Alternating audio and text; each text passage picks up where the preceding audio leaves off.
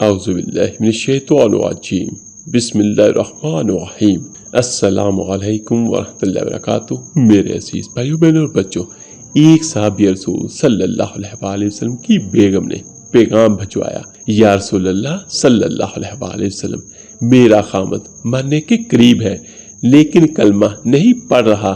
آپ صلی اللہ علیہ وآلہ وسلم اس کے پاس تشریف لے گئے اور فرمایا، بیٹا کلمہ پڑھ۔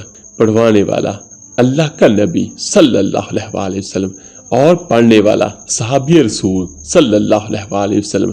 وہ کہنے لگا، جی کلمہ نہیں پڑھا جا رہا۔ آپ صلی اللہ علیہ وآلہ وسلم فرمایا، کیا ہوا؟ کہا، جی بس نہیں پڑھا جاتا۔ آپ صلی اللہ علیہ وآلہ وسلم نے پوچھا، اس کے والدین میں سے کون زندہ ہے؟ کہا، جی ماں زندہ ہے۔ تو آپ صلی اللہ علیہ وآلہ وسلم نے کہا، اس کی ماں کو بلاؤ۔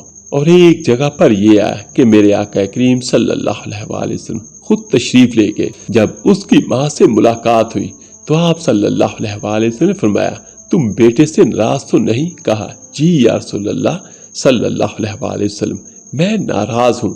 فرمایا، کیا ناراضگی ہے؟ کہا، یا رسول اللہ صلی اللہ علیہ وآلہ وسلم، مجھے اس کے دین کا کوئی گلہ نہیں ہے، بہت نیک بچہ ہے، راتوں کو اٹھ کے تہجد کی نماز پڑھتا ہے، نفلوں میں کھڑے ہو کر قرآن پڑھتا ہے اور دن میں روزے رکھتا ہے، لیکن بس جب بھی مجھ سے بولتا ہے تو بدتمیز ہو کے بولتا ہے۔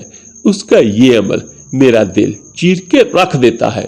تو آپ صلی اللہ علیہ وآلہ وسلم نے فرمایا، معاف کرو گی؟ کہا، جی نہیں چاہتا۔ آپ صلی اللہ علیہ وآلہ وسلم نے فرمایا، میں اسے آگ میں جلواؤں تو سفارش کرو گی؟ کہا، جی، آگ میں تو نہیں دیکھ سکتی۔ آپ صلی اللہ علیہ وآلہ وسلم نے فرمایا، سن لو، اگر تو نے معاف نہ کیا تو یہ سیدھا اللہ کی آگ میں جائے گا۔ آپ صلی اللہ علیہ وآلہ وسلم نے فرمایا، سفارش کرتی ہو، معاف کرتی ہو؟ کہا، جی میں معاف کرتی ہوں۔ آپ صلی اللہ علیہ وآلہ وسلم نے کہا، بیٹا لا الہ الا اللہ پڑھو۔ انہوں نے کہا، لا الہ الا اللہ، اور جان نکل گئی۔ آپ صلی اللہ علیہ وآلہ وسلم نے خود اس کا جنازہ پڑھایا اور پھر آپ نے یہ اعلان کیا، جس نے ماں باپ کو دکھ دیا اس پر اللہ کی لعنت، اس پر فرشتوں کی لعنت، اس پر زمین و آسمان کی لعنت، نہ اس کی نماز قبول، نہ روزہ قبول، نہ صدقہ قبول ہے۔ تو میرے عزیز بھائیوں بہنوں اور بچوں، یہ دیکھیے کہ پڑھانے والی کون سی ہستی اور کلمہ نہ پڑھنے والے کون ہیں، تو ہماری اوقات ہی کیا ہے۔ تو کوشش کریں، نیک اعمال کریں۔